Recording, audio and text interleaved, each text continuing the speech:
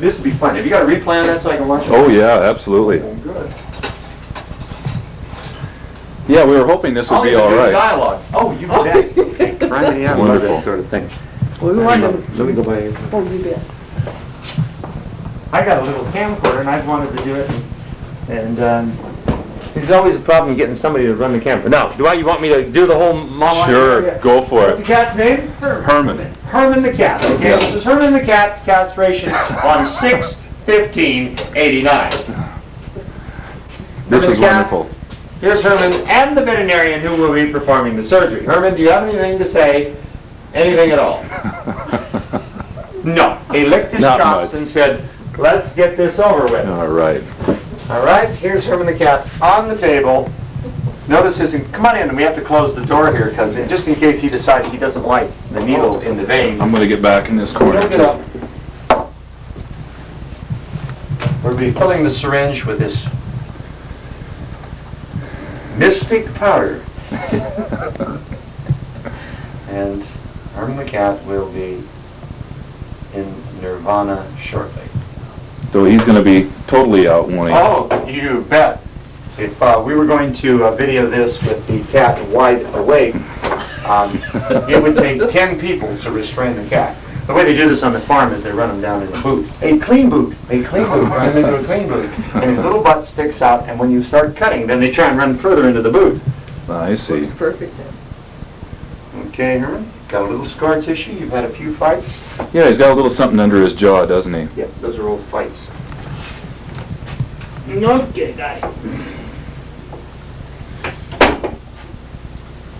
Got everything ready here. What do you think about it?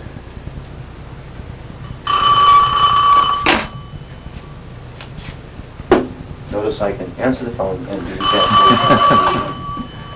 Veterinary clinic. I'm here until 6 o'clock.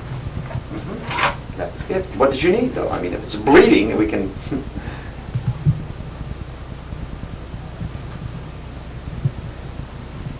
Which cat?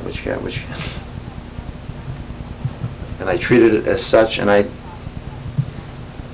mentioned the potential for a fracture, did I not? It's an outside possibility. If it's not getting better. Okay, Penny. Well, let's give her until tomorrow, and then bring her in. All right? All right. Bye. Don't you All right, wish you here we could say go. what you're doing at the time? You answer the phone. Right in the middle here. As you see Michael DeBakey transplanting somebody's heart. Yes, just one moment, please. I'm having a lot more fun than Michael DeBakey is with his life. I'll tell you that. Okay, there's the vein. Here it is on film. I don't miss. Okay. Oh, he's There it a is, good huh? boy, isn't he? Every drug addict in the nation would be envious. Putting this all on film, this will look really good. Certainly. Might as well be theatrical about it, right? Absolutely, yeah. play Night it up. night cat. Watch this. He'll stiffen up just a little bit, and then he'll kind of lay over on the side. Just like that. Use just enough anesthesia to hold him still. This is a drug that puts him to sleep, and it's a barbiturate. Now, Isn't that wait a something? second. Do you want good lighting here? Stand on this side. Okay, thank you. This is the standard surgical prep to get the hair out of the field. Oh. Just like peeling grapes. It's hard to explain to my children what I do for a living. Dad, one of the kids told me that you handle tomcat balls. Is that true? It's true. It's true. All the kids on the school grounds pointing at my sons going, Dad handles tomcat balls. My gosh. Then that just gets the hair out of the way, because the next part, now I'm going to cross into your field here. Okay, that's fine. It's like being upstaged. All right? We'll do a couple more things. All right. Now this is a clean procedure, not a sterile procedure. Everything I touch with my hand, we cut off. So you don't glove up for it. You don't glove up for it. When you're in vet school, occasionally you'll get some surgical prof who believes that this should be done just like you're transplanting a heart. Yes, Now, if you saw on 60 Minutes, an expose on a 44-year-old man who washed cat balls, you'd go, oh my God, I don't see anything wrong with it at all. I think it's great. Most cats need this. Isn't that true? This is true. Here it is, the knife. Want to pan in on the knife? Yes, I would. Okay, he's panning in on the knife. There it is. Got it. Now, I'll be kind of soft focus in the background, right? All right, now pan back and into the surgery. All right, are you ready? Coming in Grasping the close. testicle between the thumb and the index. What are you photographing? You got that? Can you see this? Oh, now I can. Here we can. Okay, are you ready? You want light? Have you got enough light? Oh, it's perfect. Yeah. Okay, here we go. Perfect. Tell you a story here. There's the testicle. This is an open castration, grabbing the testicle between the thumb and the index finger and exteriorizing it. Come back, take the tunic, artery, vas deferens, tunic, cut the tunic away, separate the vas deferens, which is here. If we're going to do a vasectomy, we would cut just a small section out. This is an orchidectomy. I'm removing the testicles. Separate the two, and then using incredibly, this is going to look good on the video. Got that? Yes, I 5 sure do. square knots. 5 square knots. They're all done. You can go in there and look, and I assure you those are square knots. Testicle number 2. You did want the complete castration. Oh, yes. Not the half castration. Yeah. Okay. Same thing. Here we go. Pop out the testicle. Exteriorize it with your thumb and your index finger. It looks so rough, but when you pull like that, instead of cutting, you don't get any hemorrhage. If you start cutting, it's like nicking your finger. It'll bleed and bleed and bleed. Cut away that membrane right there. Wipe it off. Separate the two. Pull it away from the testicle. Everything I touch, I cut off. See, we're not putting my hands inside there at all. 2, 3, 4, 5. Michael DeBakey does not have faster hands. That was amazing. Time. Here they are. Okay.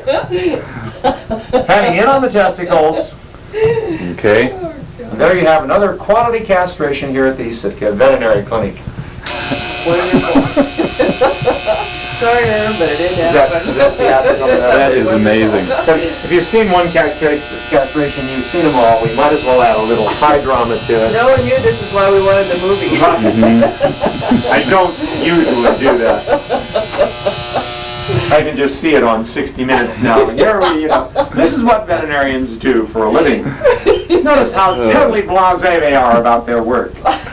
Your cat's balls are being removed by somebody who is totally indifferent to the cat's needs and feelings. Okay. Well, that was wonderful. But you're certain, yeah, it's fun.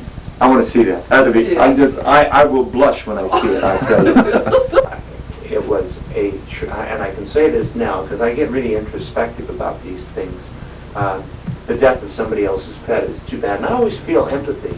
I really do for anybody who listens. But it's not mine. Yours, right. And to have it fly away, and it's the first time in my whole pet owning career I've ever been in doubt. And I know that when clients come in and their pet disappears, and they don't know what happened, it's an unresolved thing. It's like a lost child. To some people it is.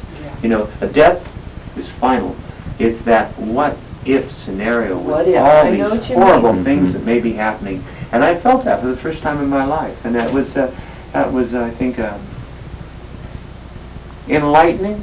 Too bad that had to happen that way. So when my bird split, I was really upset. We felt the same way with Skeeter. What's happened to her? What's happened to her? Yeah, the eagle get her. She'd been scared to death by owls, There is no doubt about it.